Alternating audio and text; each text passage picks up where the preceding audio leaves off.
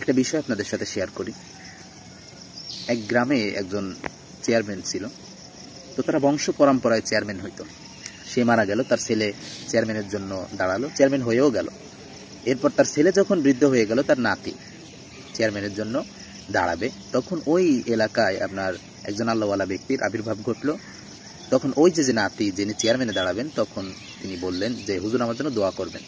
কিন্তু তার এই দোয়া চাওয়ার ভঙ্গিমাটা ছিল অনেক অহংকারে পরিপূর্ণ ছিল, যার কারণে হুজুর ভাবলেন তাকে একটু সংশোধন করা দরকার। এর জন্য তাকে বললেন, জনাব আপনার জন্য আমি দোয়া করব, কিন্তু কালকে আপনি আমার কাছে এমন একটা জিনিস নিয়ে আসবেন যেটা আপনার কাছে সব থেকে খারাপ।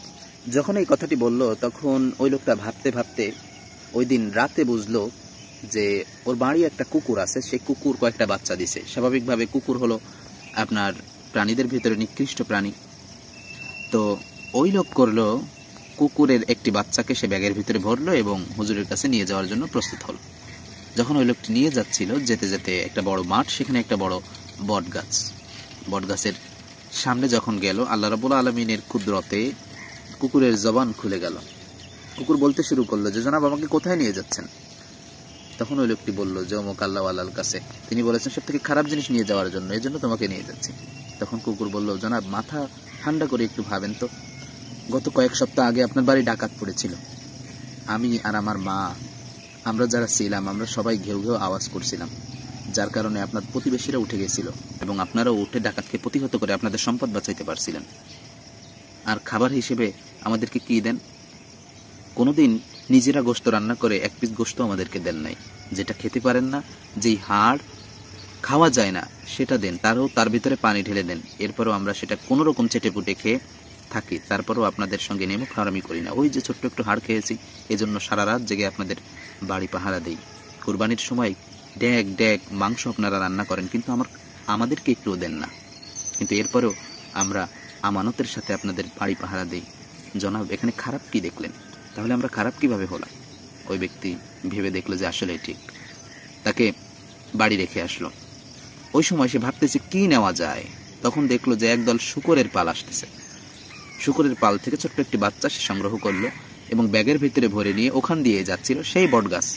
সেখানে যাওয়ার পরে আল্লাহ রাব্বুল আলামিন তার জবান খুলে দিলেন এবং শূকরে একই কথা বললো যে আমাকে আপনি কেন নিয়ে যাচ্ছেন? তার কাছে বললো যে অমুক আল্লাহওয়ালার কাছে নিয়ে যাচ্ছি, সে খারাপ জিনিস নিয়ে যাওয়ার কথা বলছে।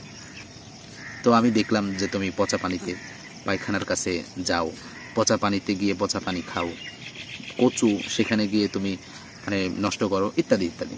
তখন বললেন যে জনাব আমরা ময়লা পানির ভেতরে থাকি, পচা নর্দমার ভেতরে থাকি, বুনো কচু যেগুলো মানুষ খায় না সেগুলো খাই, কিন্তু আপনাদের কোনো আহার, আপনাদের খাবার যোগ্য কোনো বিষয়, এটা তো কখনো নষ্ট করি না আমরা। সুতরাং আমরা কিভাবে সব থেকে খারাপ হলাম বলবেন কি একটু? আমরা আমাদের যেটা খাবার সেটা খাই, কিন্তু আমরা কখনোই আপনাদের যে খাবারগুলো সেগুলো গিয়ে নষ্ট করি না, ধান গিয়ে নষ্ট করি না, আখের খেতে যেয়ে আমরা আখগুলো নষ্ট করি না, আপনাদের খাবার আপনাদের জন্যই রেখে দিই। আমরা যেগুলো আপনাদের প্রয়োজন নয়, অপ্রয়োজনীয়, সেগুলো খাই। তাহলে আমরা কিভাবে সব থেকে খারাপ হলাম? এরপরে যখন ওই ব্যক্তি আর কিছু ভেবে পায় না, এইবার আপনার শুনতে একটু খারাপ শোনা গেলেও ওই ব্যক্তির আপনার মলমূত্র ত্যাগের সময় সে চিন্তা করলো যে সব থেকে খারাপ হলো এই মলমূত্র। কেননা পৃথিবীর থেকে আপনার এই যে মলমূত্র সবাই ঘৃণা করে। এখন সে নিজে মলমূত্র ত্যাগ করে সেগুলোকে আপনার ব্যাগে ভরলো এবং নিয়ে যাওয়ার জন্য তৈরি হলো। সেই বটগাছের কাছে গিয়ে তারও জবান খুলে গেল। সে বললো যে জনাব কোথায় নিয়ে যাচ্ছেন আমাকে? তখন সে বলল যে অমুক আল্লাহর ওয়ালির কাছে। সে বলছে খারাপ জিনিস নিয়ে যাওয়ার জন্য। আর নিঃসন্দেহে পৃথিবীর ভিতরে এই মলমূত্রগুলো খারাপ, এগুলো কেউ কোনো কাজেই ব্যবহার করে না।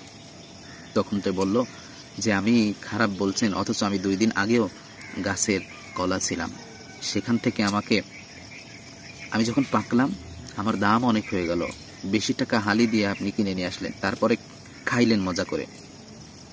এরপরে আমি ছিলাম গরুর গায়ের গোশত, সেখান থেকে যখন তাকে জবেহ করা হলো আমার দাম আরো বেড়ে গেল। সত্যি আপনি অনেক দাম, প্রায় 700 থেকে 800 টাকা কেজি দরে আপনি আমাকে কিনে নিয়ে আসলেন, রান্না করা হলো, অনেক মজা করে আপনি খেলেন, আর আমি যখন আপনার তৃপ্তি মিটালাম তখনই আমি সব থেকে খারাপ হয়ে গেলাম।